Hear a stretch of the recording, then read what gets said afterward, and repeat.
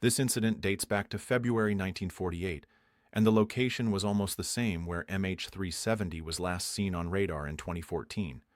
That is, the Strait of Malacca.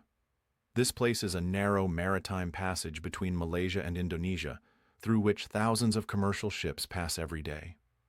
On that day, the weather was absolutely clear, the sea was calm, and the wind was as peaceful as on normal days.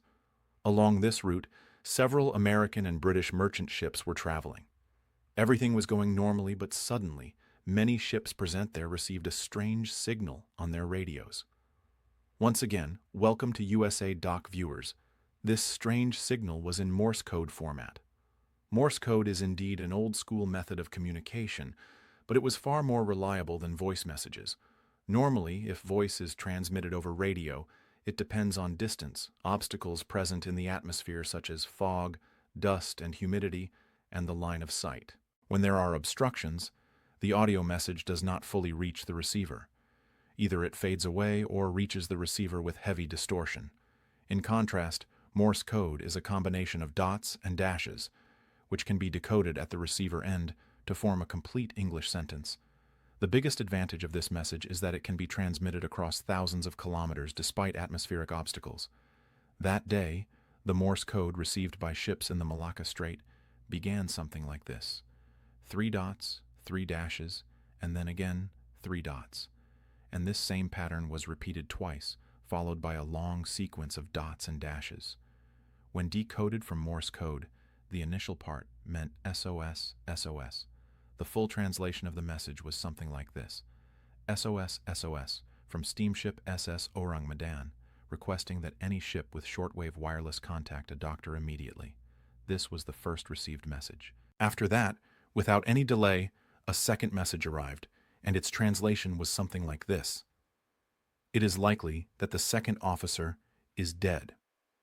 Other members of the crew have also died. Do not give medical advice. SOS, requesting immediate assistance from a warship. After this second message, Ourang Medan sent its position and then transmitted the final message, which was probably incomplete. The last message contained only the words, "I die," and then the message ended. After this final message, a long silence fell. Radio operators on the other ships immediately replied, but there was no response from the other side.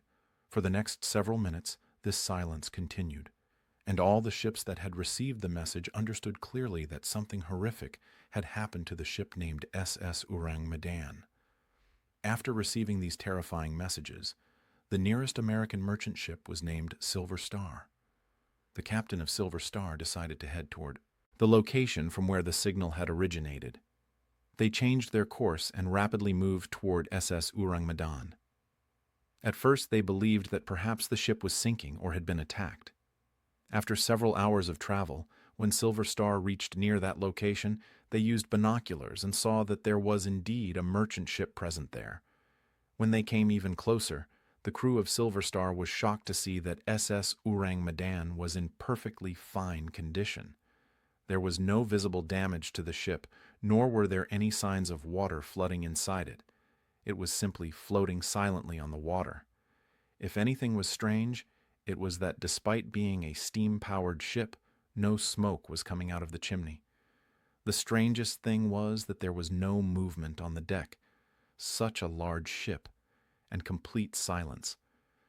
The captain of Silver Star could not understand what was happening. They made several calls over the loudspeaker.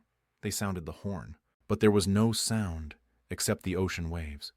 Finally, the captain of Silver Star decided to send a team aboard the ship to uncover the mystery. When a rescue team boarded SS Ourang Medan, the atmosphere inside was very cold and complete silence prevailed. Soon their eyes fell upon the first dead body. This was not an ordinary corpse. The man's face was twisted in terror. His eyes and mouth were wide open. It seemed as if he had witnessed something extremely horrifying at the moment of his death. His body was stiff, and his hands were stretched forward as if he was trying to stop something. As the rescue team moved further, they found more dead bodies. Bodies were scattered everywhere on the deck. The captain was dead at his position. The other officers were dead on the bridge. Even the ship's dog was found dead. Was found. The dog's death also did not look normal. It was stiff as well, and its mouth was also wide open. The most shocking thing was that none of the bodies had any signs of wounds. There were no nail marks, no injuries. There were also no signs of any struggle found there. There was only the same terrifying expression on everyone's face. When the rescue team reached the radio room, they found the dead body of the same radio operator who had sent all those radio messages.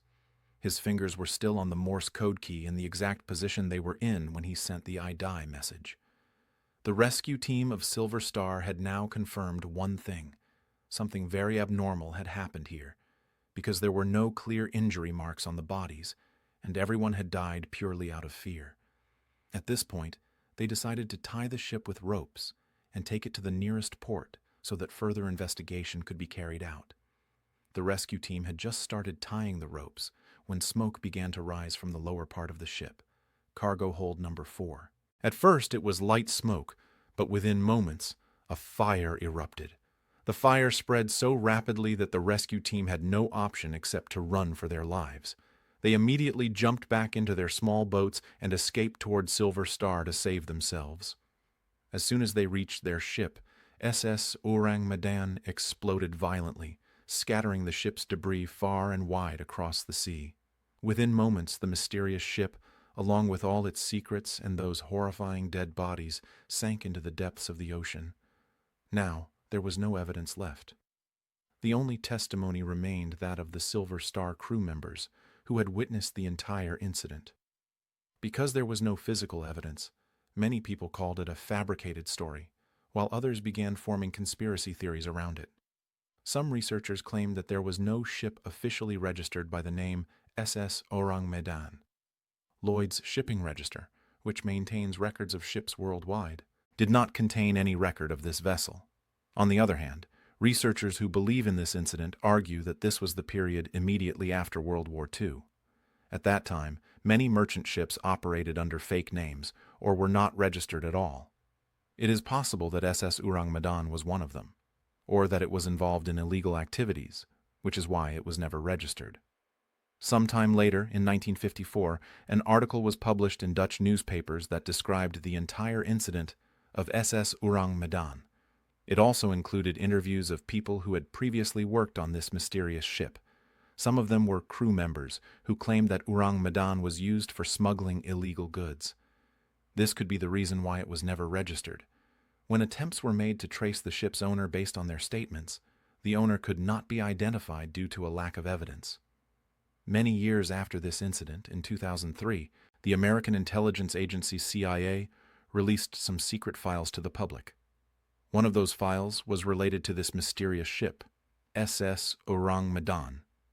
It was a letter written to the CIA on May 29, 1958.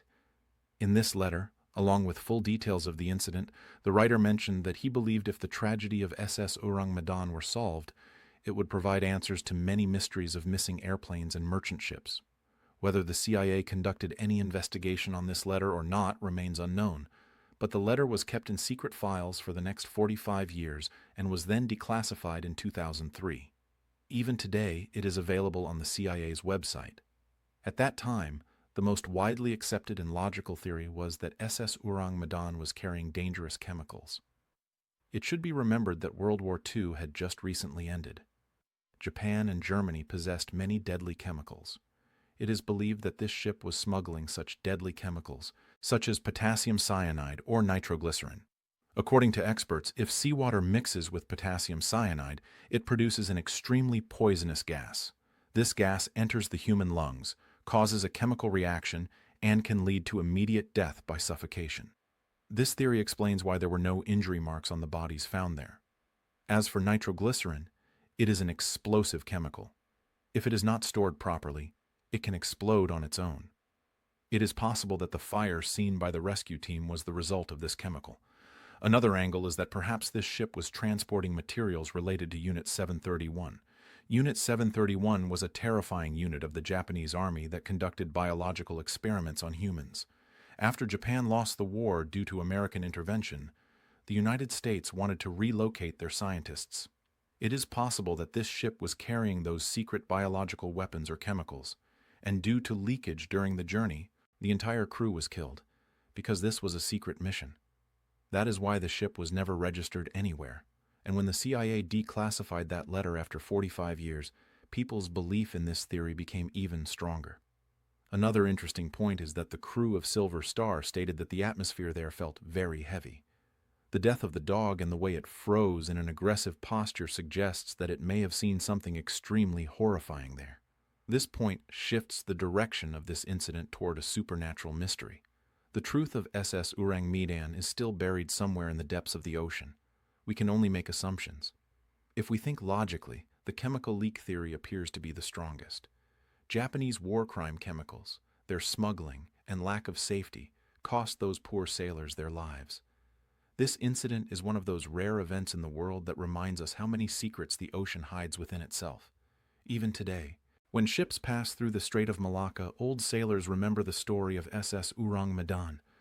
This story tells us that no matter how much progress humans make, they are still helpless in front of nature and fate. Hopefully, you will also like and share this USA Doc video in large numbers. Thank you very much for your love-filled comments. We will meet again in the next amazing video.